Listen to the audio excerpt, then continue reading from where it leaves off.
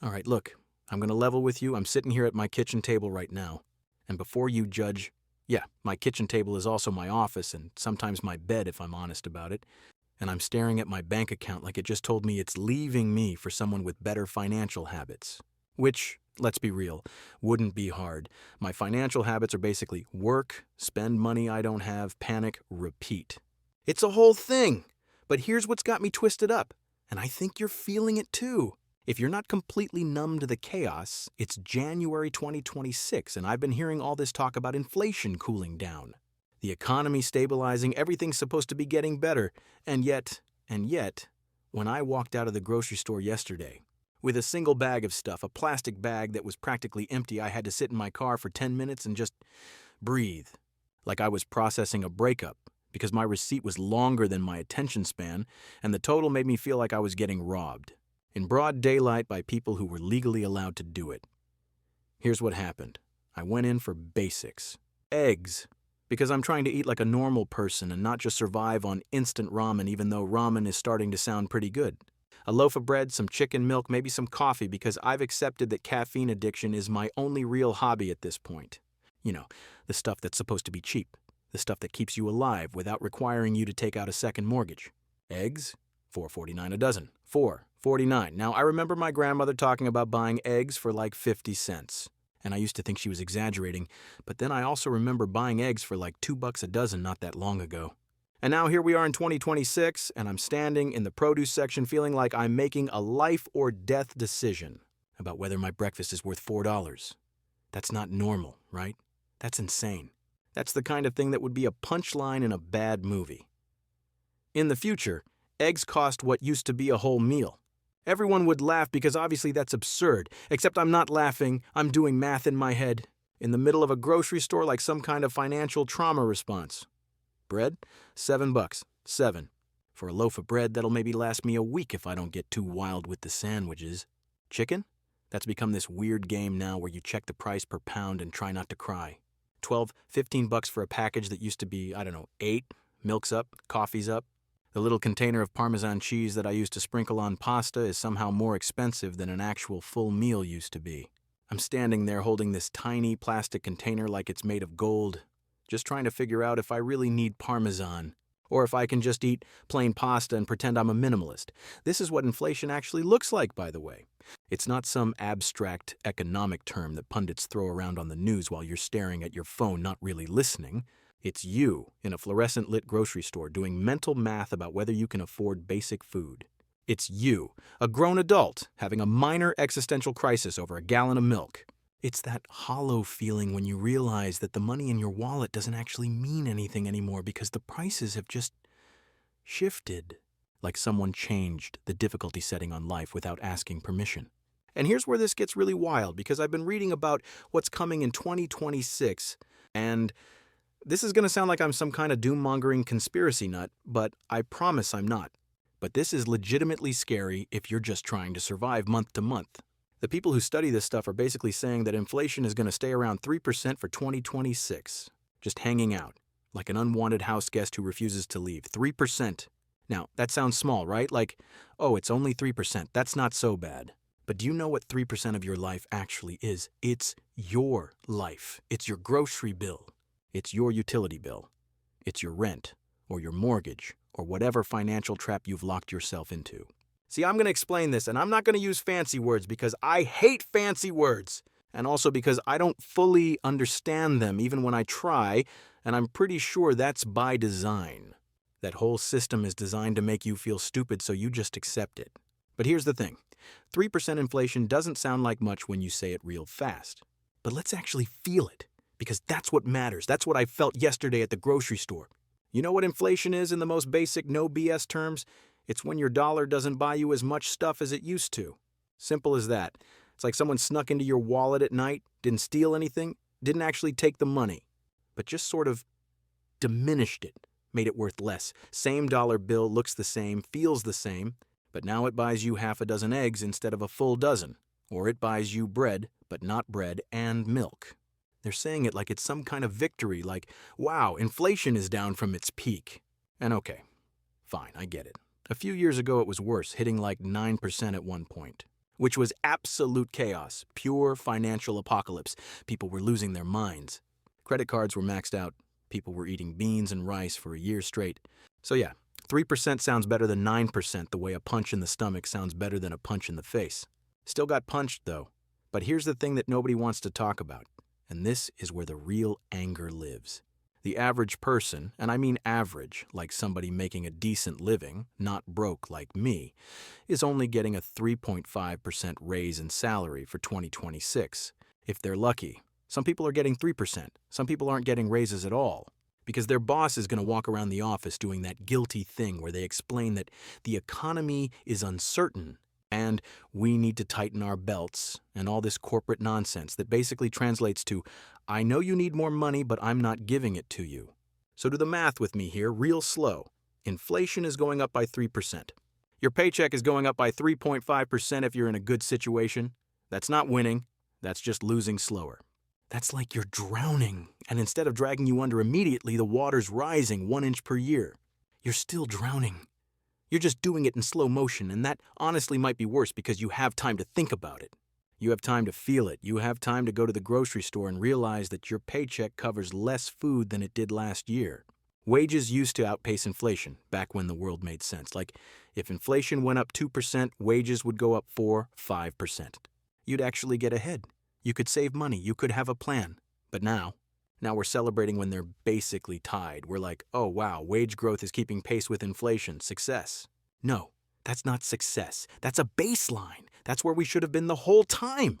Instead, we're treating it like it's some kind of victory, when really it just means we're running in place while slowly going broke. Ah yeah, there's something else I want to tell you. Just recently, I was sitting munching on a bag of chips, flipping through channels on TV that night and muttering to myself, wait, this bag looks huge, but why does it vanish in like 2 minutes? I glance at the label. 20% more air for that fresher taste. I nearly choke. 20% air? No wonder I'm full after eating it. It's all hot air. Yeah, that's the new marketing gimmick. Cut the product, pump up the excuses. And this is the real enemy nobody talks about. Because while everybody's focused on whether inflation is 3% or 4%, there's this sneaky game happening at the grocery store. That's way more insidious, way more infuriating, and way harder to call out. It's called shrinkflation. And it's basically companies taking stuff out of your stuff without telling you about it, which sounds dramatic, but it's literally what's happening. Here in 2026, they call it shrinkflation. I call it shrinking your wallet while grinning like an idiot. That milk carton looks the same, but now it's 900 milliliters instead of a full liter. The chocolate bar seems beefy, but it's hollow inside, like a bad relationship. The sandwich bread? Sliced so thin it's basically printer paper, and when you eat it, you can hear your stomach sighing in disappointment. Companies are sneaky geniuses. They know if they jack up the price outright, we'll riot in the aisles. So they hide the hike in the size. No announcements, just let you figure it out on your own.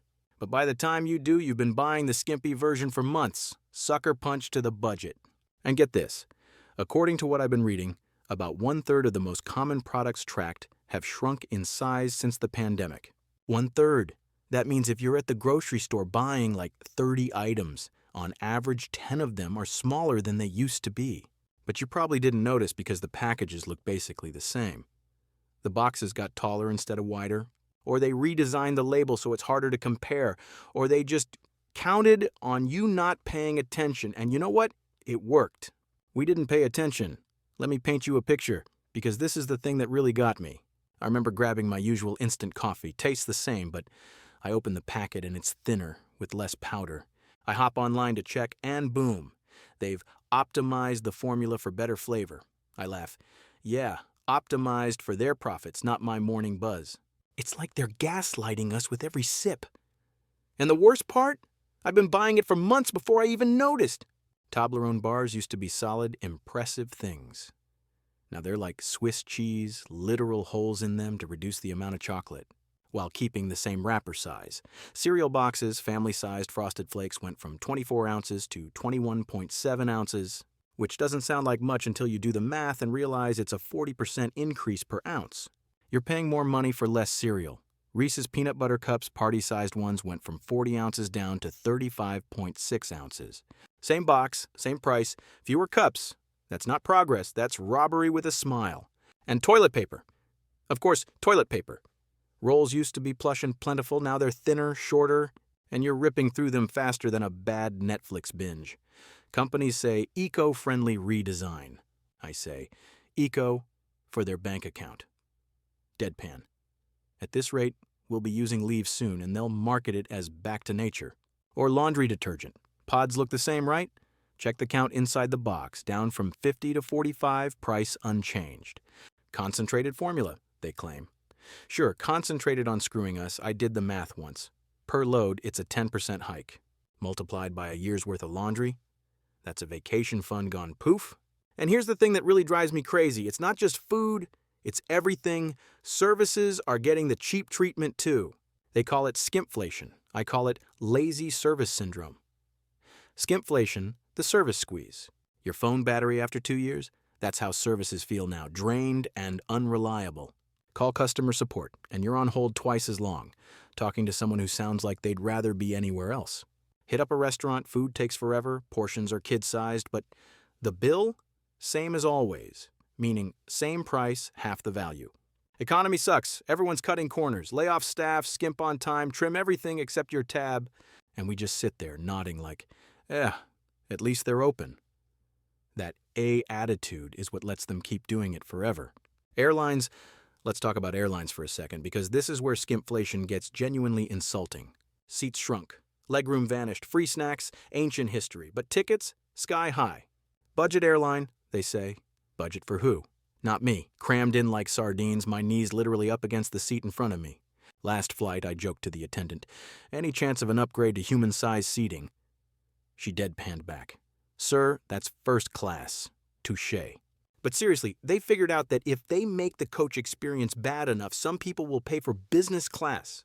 So they get worse and worse. Fewer employees, slower service, smaller spaces, same price. It's psychological warfare, and they're winning.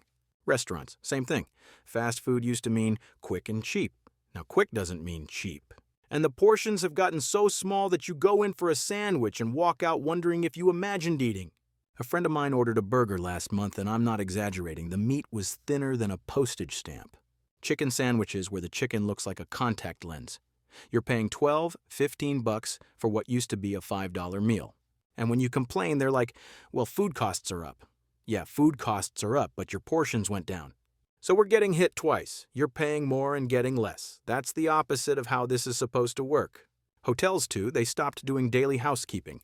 Now it's upon request, which is their fancy way of saying, we don't have enough staff, so we're going to charge you the same price, but you're going to make your own bed. I don't mind making my own bed at home because I'm not paying for a hotel experience at home. But in a hotel? That's literally one of the basic services you're supposed to get. That's skimpflation. Same price, worse service. And they make you feel like you're the unreasonable one for expecting the thing you paid for. Grocery stores, too. Quality went down, real ingredients got swapped for cheap stuff. Ben & Jerry's ice cream. They've reduced the milk fat and replaced it with water and cheaper sweeteners. It still says Ben & Jerry's, it still costs the same, but it's not the same product. Whole Foods got caught cutting back on a cake recipe, and people had an actual meltdown about it online. They had to walk it back. But how many other brands didn't get caught? How many times did we just not notice? And here's the insidious part. They know exactly what they're doing. There's this thing called the just noticeable difference, or JND. It's a psychological concept about how much you can change something before people actually notice. Companies are literally targeting that threshold. They figure out the maximum amount, they can shrink a product without triggering complaints. And then they do that. And when people get used to it, they shrink it again, incrementally. So slowly you barely notice until one day you're buying something and you're like, wait, I remember when this had more. But by then you've already spent months buying the worse version. The worst part is the illusion of discounts that goes along with all this. Everything's on sale these days, but have you ever actually scored something cheaper? They slapped 30% off on something, but they bumped the original price by 40% first. Restaurants push value combos, but the servings are so small you need binoculars. Food delivery apps? 50% off code. Yeah, right after they double the delivery fee and add a service charge and whatever other fees they can dream up. It's math that adds up to, you're screwed. Weirdly, our brains still fall for it. Red tags, big sale letters, 5-minute countdowns, dopamine hits harder than a caffeine rush. I once got suckered into a flash sale feeling like a bargain hunting champ. Package arrived and I'm like, great, I just bought junk I don't need at a price I can't afford. Victory tastes like regret. I was yapping with my buddy the other day. This economy's training us to endure crap instead of actually thriving. He nods. Yep, lower expectations mean easier living. I smirk. Sure, but easier living doesn't mean living easy. It's like we're all in survival mode, but the zombies are just higher prices and smaller products. So here's what I'm actually doing about it. People ask me, Bill, how do you stay so upbeat? I deadpan. Who said I'm upbeat? I just complain with a plan. It's not optimism, it's organized griping. Keeps me sane in this madhouse economy. All right, time for my Common Sense Survival Guide, Part 3. The dumb money lessons I've learned on dodging these hidden inflation traps. Because let's face it, if you don't fight back, your wallet's toast. Step 1. Compare by the gram, not the package. Don't just eyeball the total price, check the unit price per actual amount. Sometimes that smaller box ends up costing more than the big fake-out one. It's like dating. Look beyond the pretty wrapper or you'll get burned. I remember hitting the grocery store for cereal. Big box looks like a steal, but I crunch the numbers. Per ounce, it's pricier than the no-name brand. Switched, saved a buck, and honestly tastes the same. Who knew math could be your wallet's bodyguard? The unit price sticker is right there on the shelf. Most people don't even look at it. I started looking. It's kind of become an obsession. Now I can tell you which brand of peanut butter gives you the best value, and let me tell you, it's not always the one you think. Step 2. Micro-accounting, track the losses. I do this thing where I tally up every time I get played. Last month, I tallied up about $12 lost to products that shrunk without warning. Knowing that number, it stings like stepping on a Lego. But that sting makes me sharper next time. No more autopilot shopping. Now I'm like a detective in the dairy aisle. Picture this. I'm at the store staring at yogurt tubs. Old habit says grab the usual, but I pause, weigh 'em mentally, check labels. Boom. They've shaved off 50 grams but kept the price. I put it back, grab a competitor. Feels like winning a tiny war. Add those up over a year? That's beer money, folks. And I'm not going to lie. There's something genuinely satisfying about catching a company in the act and refusing to fall for it. Step 3. Ditch brand loyalty. It's a one-way street. They don't reward you for sticking around. Sometimes the off-brands with zero ads are the real MVPs. I dumped my go-to coffee after 6 years, when I caught them watering down the flavor while charging full steam. Loyalty? More like voluntary robbery. True story, switched to a generic brew. At first I'm skeptical, like, this better not taste like regret. But nope, bold, cheap, and no sneaky changes. Now I feel like a rebel every morning. Brands are like X's. Sometimes you gotta move on to find better. And here's the thing, once you realize the generic brand is fine, you never go back. It's liberating, like breaking up with a toxic partner. That fancy shampoo, switch to generic, hair's fine, wallet's fuller. Deadpan. My scalp doesn't care about logos, why should I? Step 4. Invest in your home kitchen. The more you cook, the more you control costs and dodge restaurant shrinkflation. That $14 street faux bowl, mostly sprouts and sadness. At home, I whip up a $4 version, and hey, I know exactly where the beef went into my bowl. I started simple. Eggs, rice, veggies, no chef skills needed. YouTube's my free cooking school. Burned a few things at first. Okay, a lot. But now, meals that don't bankrupt me. Plus, no tip guilt or waiting for a table. It's empowering. Like telling the economy, nah, I got this. It's not just savings, it's therapy. Chopping veggies while listening to podcasts. Zen mode, messed up a recipe. Laugh it off. Learn from it. My spaghetti went from sad to stellar. Now friends beg for invites. Bonus, you control portions, no shrinkflation in your own pot. Step 5. Bulk buy, but smartly warehouse clubs like Costco. Gold mine if you don't overdo it. Giant peanut butter jar for cheap? Yes. But 50-pack of perishable fruit? Unless you're a monkey, no. I learned the hard way with expired cheese. Smelled like defeat. The trick is buying things with long shelf lives or that you actually use regularly. Pantry staples, rice, beans, pasta. Stuff, you know you're gonna eat. Don't walk in and just start throwing things in the cart because it's bulk and looks cheap. That's how you end up with $500 worth of stuff that expires before you use it. Step 6. Use price tracking apps. Camel, Camel, Camel for Amazon, Honey for deals. They alert you to real drops, not fake sales. Saved me $50 on a blender once, felt like hacking the system. Legally, of course. Deadpan. I'm not cheap, I'm strategically frugal. These apps basically do the detective work for you. They watch prices, they notify you when things actually drop. You'd be shocked how many sales are just regular prices that got bumped up temporarily and then discounted back to normal. Step 7. Barter and community swaps. Facebook Marketplace, local groups, trade stuff you don't need. Got a bike for some old tools, no money exchanged, pure win. In this economy, it's like modern-day caveman trading, but with Wi-Fi. And you'd be shocked how many people are open to trades. A buddy of mine swapped old video game equipment for a drone. Neither of us spent a dime. Step 8. The 24-hour rule. Set a rule. Wait 24 hours before buying anything that's not food or absolutely essential. 90% of the time you forget about it. Saved hundreds. Deadpan. My superpower? Procrastination on purchases. It sounds simple, but impulse buying is the silent killer of wallets. You see something, the algorithm shows it to you 3 times. Your friend has it, and suddenly your brain's like, yeah, I need that. You don't. You want it. And that distinction is everything when your money's running out faster than it's coming in. The bottom line. Here's my real talk. Look, all of this sounds exhausting and kind of depressing, right?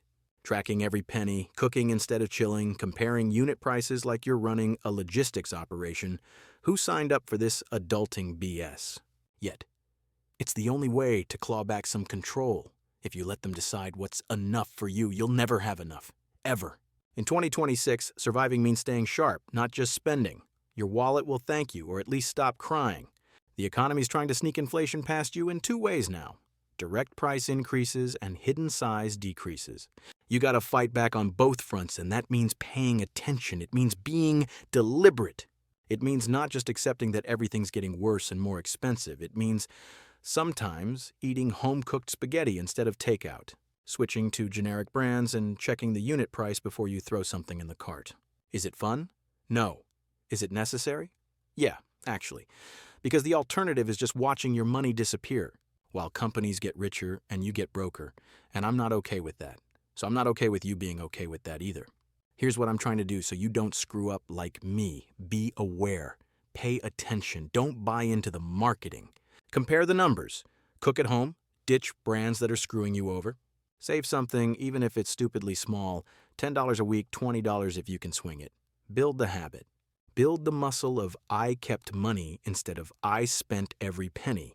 Because when something breaks, your car, your phone, your health, and you've got nothing saved, that's when the real panic sets in. That's when you end up on one of those payment plans that costs double what the thing actually costs. And remember this, the system's rigged.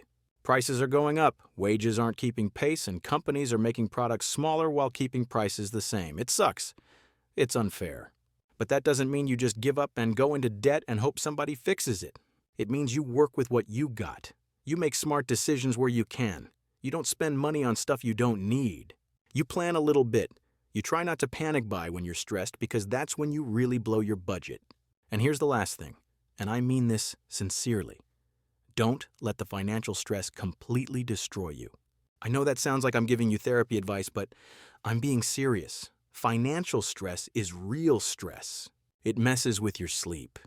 It messes with your relationships. It makes you anxious and depressed and generally angry at everything. And when you're in that state, you make worse decisions. You spend more money. You buy things to feel better, which makes the problem worse, which makes you more stressed. It's a cycle, and it's genuinely hard to break. So try to take care of yourself. Don't skip meals because you're trying to save money. That'll just make you sick, which costs way more than food. Get some sleep. Move your body a little bit. Talk to people about the fact that you're stressed because, and this is something I learned the hard way, everybody's feeling it. That person you're embarrassed to tell that you're broke? They're probably broke too. They're probably in the grocery store doing the same mental math you are, wondering if they can afford chicken this week. The truth is, knowledge is power. Spot the shrinks, skimps, and scams, share with friends, make it a group gripe session. Laughter helps. In 2026, surviving means staying sharp, not just spending. Your wallet will thank you. Or at least stop crying.